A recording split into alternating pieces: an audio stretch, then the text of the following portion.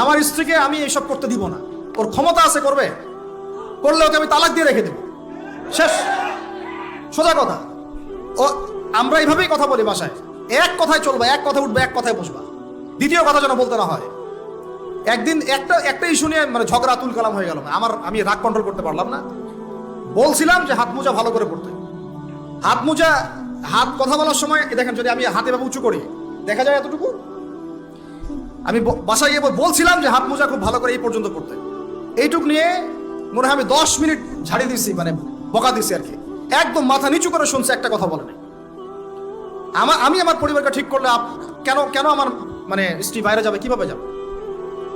আমি বলতেছি না যে সে বাইরে যাইতে পারবে না, প্রয়োজনে তার প্রয়োজন পূরণ করতে পারবে না, এমন তো না বিষয়টা। বেপর্দায় এভাবে যাবে কেন? বেপর্দায় ফেতনার মধ্যে কেন যাবে? আমার মেয়ে, আমি জন্ম দিলাম, আমি বড় করতেছি, আমি খাওয়াই, মানে আমি খাওয়াই বলতে মানে কি, আমরা উপার্জন করি, আমরাই খেতে খাওয়াই নাকি? আমরা ওসিলা না রিজিকের, আমরা কামাই রোজগার করে নিয়ে আসি। আমি খাওয়াই বলতে বুঝাচ্ছি আমরা কামাই রোজগার করে নিয়ে আসি, আমাদের ভালোবাসা দিই, মহব্বত করি, তিলে তিলে আদর মহব্বত দিয়ে বড় করি। আমার মেয়ে কেমন করে বাইরে যায়? কেমন করে বাইরে যায়? কোন সাহসে যাবে? আমি বাবা হয়ে বেঁচে থাকতেও কিভাবে যাইতে পারে? গেলে ওকে একদম খাবার বন্ধ করে দিবেন। আমার ছেলে বালেগ হয়েছে, নামাজে যাবে না কেন? যাবে না কেন? যদি না যায় আমি ওর খাওয়া বন্ধ করে দিব। শাসন করতে হবে সবসময়, কিন্তু মিষ্টি কথা চিরা ভিজে না। আল্লাহ পাক কোরআনের মধ্যে হেদায়েত দিতে উৎসাহিত করেছেন, এখানেই আবার আইনগুলো নাজিল করেছেন। মানে সবসময় মানুষকে দাওয়াত দিয়ে বুঝিয়ে সুঝিয়ে কাজ হয় না, মাঝে মাঝে পিটানো লাগে, লাগে না? শাসন লাগে না? লাগে। তো আমরা যদি আমাদের পরিবারের মেয়েদেরকে নিয়ন্ত্রণ করতে পারি, ছেলেদেরকে নিয়ন্ত্রণ করতে পারি, দেখবেন আস্তে আস্তে ইনশাআল্লাহ এটা কমে গেছে। আর যদি এভাবেই গা ছাড়া দিয়ে দেন, আমি বলেছি বেশি দিন লাগবে না, আর 10টা বছর পরে নাউজুবিল্লাহ আমরা আশ্রয় চাই আল্লাহর কাছে, এমনটা যেন না হয়। দেখবেন যে এটা এমন হারে বেড়ে গেছে যে ঘরে ঘরে সমকামিতা ঢুকে যাইতে পারে, নাউজুবিল্লাহ। এই তাদাত, এই সংখ্যা দিন দিন বাড়তেছে। আপনাদের শহরে, আপনাদের এই অনেক এই যে এখানে আমি অনেক মাহফিল করেছি, অনেকেই আমাকে চিরকুট দিয়েছিলেন যে ভাই এখানে সমকামিতা বেড়ে যাচ্ছে, এই বিষয়ে কিছু বললেন। চিন্তা করেন, ভিতরে ভিতরে এগুলো চলতেছে, হোটেলে হোটেলে চলতেছে। আপনারা ভালো মানুষে যে বসে থাকলে হবে না, এত ভালো মানুষ হতে আল্লাহ পাক বলেন নাই। আল্লাহ পাক বলেছেন সৎ কাজে আদেশ করো, অসৎ কাজে কি করো, নিষেধ করো, এবং আপনি আপনার জায়গায় আল্লাহ বিরোধী কোনো কিছুকে প্রশ্রয় দিবেন না। ব্যাস, সরকার কোথায় যায় যাক, প্রশাসন কি করে করুক, ওটা আমার দেখার দরকার। আমি আমার জায়গা থেকে আল্লাহ এবং রাসূলের বিরুদ্ধে কোনো কাজ করব সিম্পল।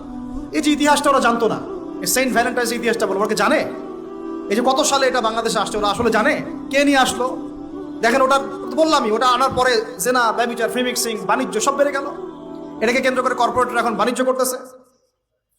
শুধুমাত্র এই দিবসে শুনেন, আর এগুলো বলতে চাইনি, আমি বলতে বাধ্য হচ্ছি, শুধুমাত্র এই দিবসে কোটি কোটি টাকার কন্ডম বিক্রি হয়,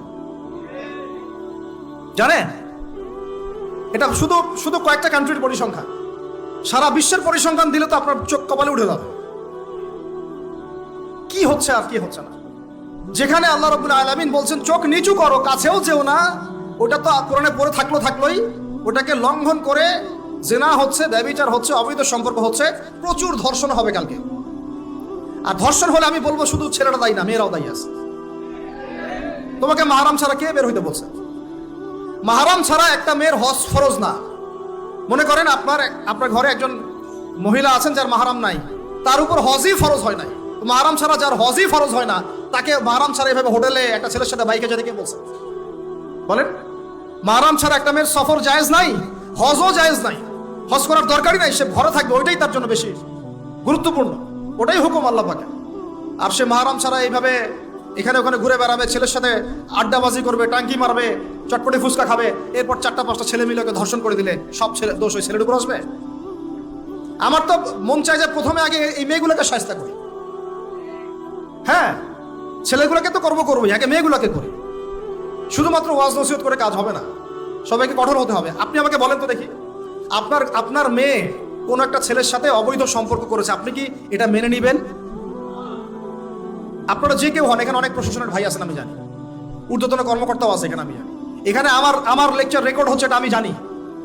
আপনি আমাকে বলেন বা আপনার সিনিয়রদেরকে বলান এই কথাগুলো মেসেজ পৌঁছান, তাদের ঘরে যদি তাদের মেয়ে কোনো ছেলের সাথে অবৈধ সম্পর্ক করে, তারা কি মেনে নিবে? তাদের মেয়েকে যদি কেউ ধর্ষণ করে তারা কি মেনে নিবে? আপনার ছেলেটা যদি সমকামী হয় আপনি কি মেনে নেবেন? আপনার বাসায় যদি কালকে একটা ছেলে এসে বলে যে আপনার মেয়ে এসে বলে যে বাবা আমি ওকে ভালোবাসি, ওর সাথে বিয়ে করার আগে আমি যৌন সম্পর্ক করে ফেলছি, আপনি কি মেনে নেবেন? আপনি যদি জানতে পারেন কালকে আপনার মেয়ে গর্ভবতী হয়ে গেছে, আপনি কি মেনে নেবেন? আপনি যদি জানেন কালকে আপনার ছেলে আপনাকে এসে বলছে বাবা আমি একটা ছেলেকে নিয়ে আসছি, ও ছেলেটা আসলে বাইরের ছেলে ভিতরে ভিতরে মেয়ে, তাই আমরা বিয়ে করে ফেলছি, আপনি কি মেনে নেবেন? তো এটা নবী সাল্লাল্লাহু আলাইহি ওয়াসাল্লামের ফিলোসফি ছিল।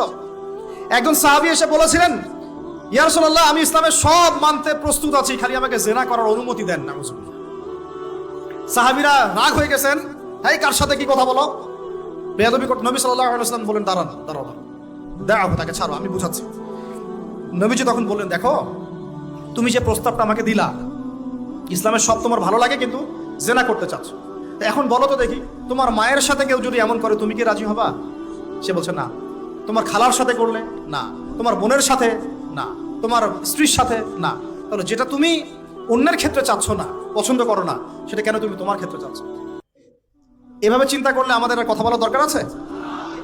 আল্লাহ পাক আমাদের সবাইকে কথাগুলো বোঝার তৌফিক দান করে। এখন শেষ করে দিচ্ছি এই পয়েন্ট থেকে। দেখেন আমাদেরকে সবচেয়ে ভালোবাসেন আমাদের রব আল্লাহ। সত্যিকারের ভালোবাসার ডেফিনেশনটা হচ্ছে যে আপনি নিঃস্বার্থভাবে কাউকে ভালোবাসেন। আমাদের আশপাশে যারা আছে, যারা হালাল, ইভেন হালাল, আমার মা, আমার বোন, আমার বাবা, আমার স্ত্রী, আমার ছেলে, আমার মেয়ে, এদেরও যদি কখনো স্বার্থে আঘাত পড়ে দেখবেন সেও আপনার পাশ থেকে সরে যাচ্ছে। এমন হয়নি কখনো? আপনার বন্ধু, আপনার ব্যবসার পার্টনার, আপনার বস, আপনার কলিগ, ওদের স্বার্থে আঘাত হলে ওরাও সরে যাচ্ছে পাশ থেকে, জিগরি দোষ সরে গেল পাশ থেকে, হয় না এমন? ভালোবাসা দুই প্রকার। বলেন কয় প্রকার?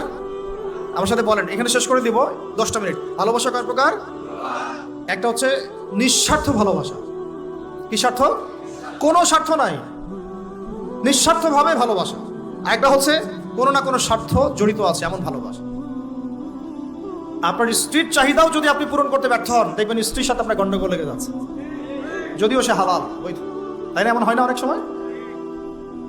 আমি তো অনেকদিন বলেছি, অনেকদিন আগেও বলেছি, 5 বছর 6 বছর আগে, যে মানুষ আসলেই মানুষের অবস্থানকে মূল্যায়ন করে, ভিতর থেকে মানুষকে শুধু মূল্যায়ন করে আল্লাহ রাব্বুল আলামিন।